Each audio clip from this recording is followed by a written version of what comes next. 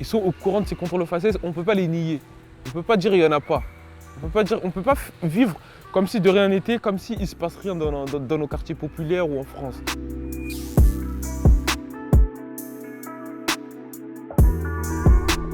Moi, je m'appelle Mamadou, j'ai 23 ans et j'habite à Épinay-sur-Seine. Moi, je m'appelle Zakaria, j'ai 23 ans. Cette affaire elle s'est déroulée en 2017. On était en terminale et on revenait d'une sortie pédagogique à Bruxelles avec notre classe. Et on est arrivé sur le quai de la gare du Nord. Il y avait 3 policiers, ils étaient devant un panneau publicitaire. Ils nous ont tirés, ils nous ont mis sur le côté. Ils ont commencé à ouvrir nos valises, ils ont touché à nos biens. Ils ont tout sorti devant tout le monde. Après, ma prof, elle est arrivée. Elle a demandé aux policiers c'est quoi le problème. Les policiers, ils ne voulaient pas lui répondre. Moi, je trouvais que ça, c'était une atteinte à la dignité d'une personne. Quand j'ai vu qu'ils ont contrôlé que 2 Noirs et un Arabe, ça a tilté dans ma tête. Je me suis dit, en vrai, c'est ça. C'est ça en vrai. C'est discriminatoire. En fait, c'est grâce à ma prof. Elle m'a appelé, elle m'a dit, ouais, c'est grave ce qui vous est arrivé. Moi, je vais déposer une plainte. Est-ce que tu me suis? Moi, je lui ai dit, non, je n'ai pas de problème, moi, c'est bon. Parce que dans ma tête, c'était un contrôle banal, comme je me faisais contrôler dans la cité. Pour moi, quand je me suis contrôlé avant, je trouvais ça... je trouvais pas ça normal, mais je fermais les yeux sur la normalité, en fait. C'est-à-dire, même le terme contrôle aux faciès, c'est un mot que j'ai connu après.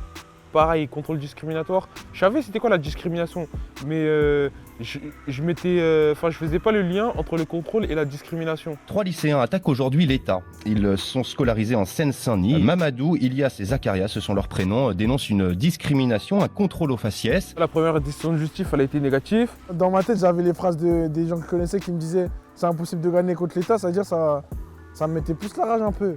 On fait appel.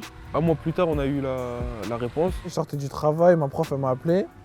Elle a commencé par félicitations. Ça veut dire moi j'avais compris, mais j'ai fait comme si j'avais pas compris. J'ai dit pourquoi madame? Elle me dit ça tourne sur l'internet. Vous avez accusé l'État pour faute lourde et vous avez une réponse positive. Jusqu'à que j'arrive dans mon quartier, c'est là que j'ai commencé à crier.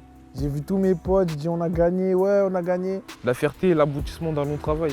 Ces contrôles aux faciès, ils sont là, ils sont visibles. Et on ne peut pas les nier, on ne peut pas chercher des excuses. Et en gros, moi, c'est ça qui m'a fait plaisir qu'enfin, je ne veux pas dire ils ouvrent les yeux parce que ces contrôles aux faciès, ça fait longtemps qu'ils sont là. Mais voilà, qu'ils les assument et qu'il y ait des condamnations et des changements. Tout le monde peut voir que les gens du 93, ils ne sont pas vus comme des vendeurs de drogue ou des voleurs. Mais il y en a qui en ont dans la tête et qui peuvent faire changer les choses. Battez-vous pour vos droits. Si vous pensez être victime d'un contrôle discriminatoire, n'hésitez pas à contacter des spécialistes. Il y a des avocats, il y a des associations. La devise de la France, avant tout, c'est liberté, égalité, fraternité. Et je pense que parfois, cette devise, elle est bafouée et que c'est pas normal. Il faut tout faire pour la remettre en place.